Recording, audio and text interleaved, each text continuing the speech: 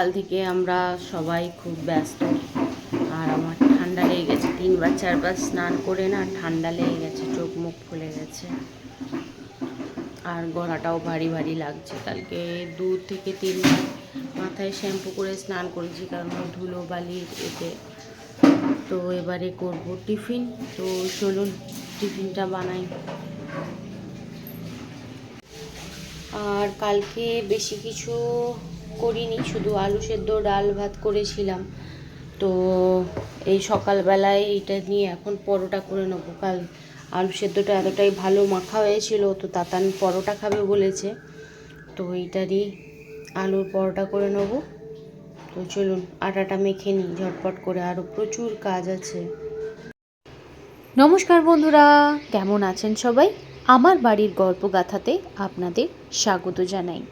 তো কালকে রাত্রেবেলায় আলু সেদ্ধ ডাল ভাত এটাই করা হয়েছিল, যেহেতু কালকে দুপুরবেলায় ম্যাগি খেয়েছি, সেরকমভাবে কিছু খাওয়াও হয়নি। তো আলু সেদ্ধ ডাল ভাত করা হয়েছিল। আর আলু ভাতেটা এতটাই সুন্দর মাখা হয়েছিল, তো তাতান খেয়েই বলছে, মাম্মাম এটা দিয়ে কালকে কিন্তু আলুর পরোটা করো, টিফিনে কালকে কিন্তু আলুর পরোটা খাবো। তো ঠিক আছে, তাই হোক, আলুর পরোটাই করে দিই, যে আলুটা আছে ওইটা দিয়ে পরোটাই করে দিই। তো চলুন পরোটাগুলো ঝটপট করে বানিয়ে ফেলি। আর এদিকেও আছে আমার প্রচুর বাসন, কারণ কাল থেকে তো আর কোনো কাজই হয়নি, ওই পার্লার গুছানোতেই সমস্ত সময় চলে গেছে। তো সেই কারণে আগে বাসনগুলো মাজবো, তারপরে করব পরোটা। আর প্রতিদিনই ভাবি যে রাত্রেবেলায় বাসনগুলো মেজে টেজেই রাখবো, তাহলে সকালে উঠে অনেকটা কাজ কমে যায়। কিন্তু শেষ পর্যন্ত না আর মাজা হয়ে ওঠে না, সেই সকালের জন্যেই থাকে। কারণ সারাদিন কাজকর্ম করার পরে রাত্রেবেলায় ধরে কুঁড়েমিতে, করে ফেললে হয়তো করে ফেলবো, কিন্তু ওই যে আর ভালো লাগে না, টিভি দেখতে বসি সবাই মিলে, তখন আর ইচ্ছে করে না যে বাসনগুলো মেজে রাখি। কিন্তু মাঝে মধ্যে আগে মেজে রাখতাম, তখন বেশ কাজের সুবিধা হয়ে যেত। কিন্তু এখন ওই ধরেছে কুঁড়েমিতে, সেই কারণে আর মাজাও হয় না, কিছু না। আর সত্যি বাসনও কিছু পড়েছিল, তো সেই সমস্ত বাসন মেজে এবার পরোটাগুলো বেলে নিই, তারপরে ভেজে নেবো।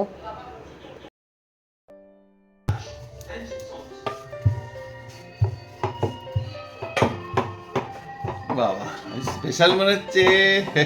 সকাল সকাল কি ব্যাপার! সকালবেলা খাইয়ে দেবো আর সারাদিন কিছু খেতে দেবো না, অনেক কাজ আছে। যাই হোক, আলু পরোটা তো জুটলো মনে হয় 5 বছর পরে। হ্যাঁ, 5 বছর পরে কেন, একবারে জীবনেই খাওনি। কি খুশিতে বলো তো? পার্লার বড় হয়েছে ওই খুশিতে? তোমার ভগবান করুক তোমার পার্লার আরো বড় হোক, আমরা যেন রোজ রোজ আলু পরোটা খেতে পারি।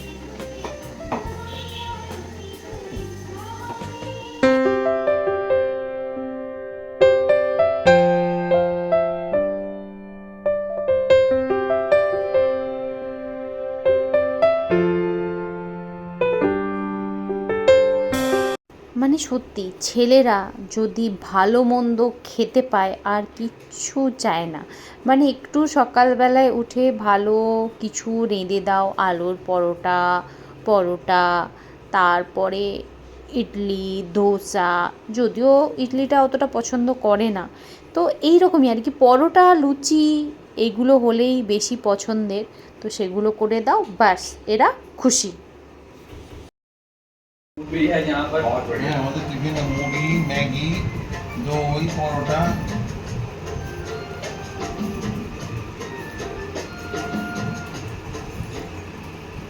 এত ভ্যারাইটিস টিফিন বাবা। কালকের ম্যাগি রয়ে গেছিল, দুপুরবেলায় ম্যাগি খাওয়া হয়েছিল, থেকে গেছিল সেই ম্যাগি। পরোটা কম পড়বে ওই জন্য মুড়ি, তার সাথে চপ। বাবা আবার চপ কি, মুড়ি দিয়ে চপ দিয়ে খাবো। ওদিকে তাতানের শুধু পরোটা, আর আমি একটুখানি ছিঁড়ে খেয়েছি। আর কালকে তো পার্লারটা অর্ধেকই গোছানো হয়েছিল, সম্পূর্ণ গোছানো হয়নি। তো এইবারে ঠিকঠাক মতন সেট করে রাখতে হবে, না হলে ভুলে যাব কোথায় কি রেখেছি। তারপরে সেই সময় ক্লায়েন্ট চলে আসবে, তখন ওই খোঁজা বড় বিরক্তিকর লাগে। আর যেগুলো রেগুলারের মানে লাগে, যেটা লাগবেই সেরকম জিনিসগুলো বা বড় ডাব্বার থেকে বের করে ভ্যাক্স ট্যাক্সগুলো একদম ছোটো ডাব্বার মধ্যে বা ভ্যাক্স মেশিনেই সমস্ত রেখে দিই। আর যেগুলো রেগুলার লাগে না সেইগুলো রেখে দিই আমি ওই বক্সটার মধ্যে। তো যেমন স্ট্রেটনার এইগুলো ওই বক্সটার মধ্যে রেখে দিচ্ছি। তো সত্যি এই পার্লারটা একটু বড় করে না শান্তি পাচ্ছি, কারণ ওই ছোট্ট পার্লারের মধ্যে যা মানে গাদাগাদি হচ্ছিল, মানে কি বলবো। তো মোটামুটি পার্লারটা গুছিয়ে আবার দেখুন চলে এসেছি ছাদে, কারণ কালকে তো এখান থেকে তো অর্ধেক জিনিসপত্র নিয়ে যাওয়া হয়েছিল। এখানে সেই যে একটা খাটের মতন রাখা থাকতো, তো ওইটা হচ্ছে আমার পার্লারের বেড। তো যখন পার্লারটা আমার আগের পার্লার বন্ধ হয়ে গেছিলো, তো সেটা তুলে এখানে রেখে দিয়েছিলাম। তো সেইগুলোটাই নিয়ে যাওয়া হয়েছে, আর সমস্ত জিনিস ওল ঢাল হয়ে আছে। তো সেইগুলোও আজকে এখানে যতটা পারছি পরিষ্কার করে রেখে দিচ্ছি। আর কি মানে বলবো, ভেবেও পাচ্ছি না, কারণ এত কাজ মানে কিভাবে শেষ করব, কোনখান দিয়ে শেষ করব সেইটাই না খুঁজে পাচ্ছি না।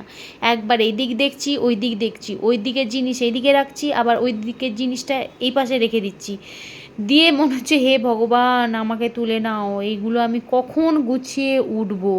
মানে সত্যি পাগল পাগল লাগছে জানেন তো। আর এমনি গা হাত পারও অসহ্য যন্ত্রণা করছে, কারণ কালকে এতটাই মানে খাটনি গেছে, এতবার সিঁড়ি দিয়ে ওঠা নামা করেছি, তো পাগুলোর না অসহ্য যন্ত্রণা করছে, আর পাচ্ছি না। আর সত্যি তাতান টুকটুক করে অনেক হেল্প করে। এই কদিন মানে এত কাজ ছিল, এই সিঁড়ি দিয়ে 50 বার ওঠা নামা, সেইটা আমাদের পক্ষে খুবই কষ্টকর হচ্ছিল। তো তাতান আছে বলেই না এই ধদ্দর ধদ্দর করে সিঁড়ি দিয়ে উঠে যায়, নেমে যায়। এই আমি ছাদে উঠে গেলাম, তারপরে তাতান এইটা বাবা এনে দিবি, তাতান ওইটা বাবা নিচে রেখে দিয়ে আসবি। মানে এই সাহায্যটা না সব থেকে বড় সাহায্য। আর তাতানের ওই একটাই ডিমান্ড যে বিকেলবেলায় খেলতে ছেড়ে দাও, তারপরে তোমার যা কাজ আমি সমস্ত কিছু করে দেবো। তো সত্যি এই কদিন তাতানও প্রচণ্ড কাজ করেছে, এতটাই মানে খেটেছে কি বলবো সেটা মানে।